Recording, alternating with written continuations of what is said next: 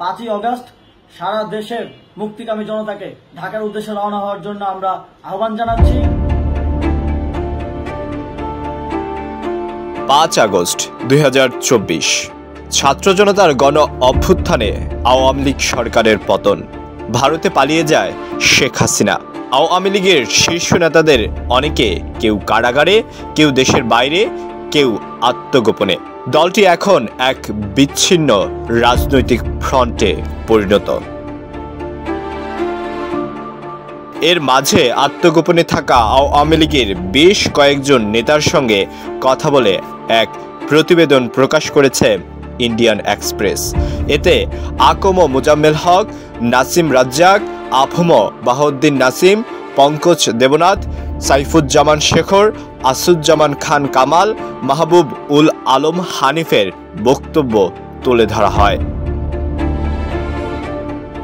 প্রতিবেদনের শিরোনাম ছিল গোপনে আশ্রয় নিয়ে হাসিনার সঙ্গে যোগাযোগ রাখছে আওয়ামী লীগের শীর্ষ নেতারা, আইনের শাসন ফেরার অপেক্ষায়।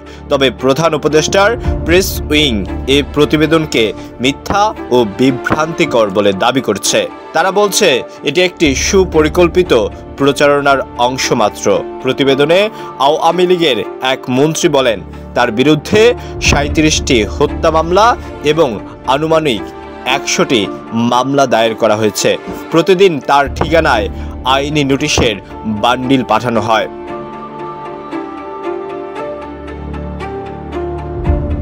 অন্যদিকে আওয়ামী লীগের আরেক নেতা জানান, আমার বাড়ি, বাবার বাড়ি এবং ভাইদের বাড়ি পুড়িয়ে দেওয়া হয়েছে।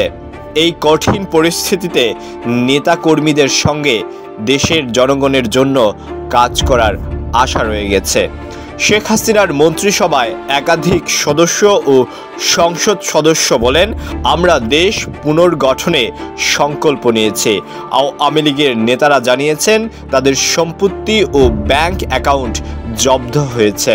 দলটির 1/3 নেতা কারাগারে আর দেশের বাইরে লুকিয়ে রয়েছে, বাকি অংশ বাংলাদেশে আত্মগোপনেই রয়েছেন।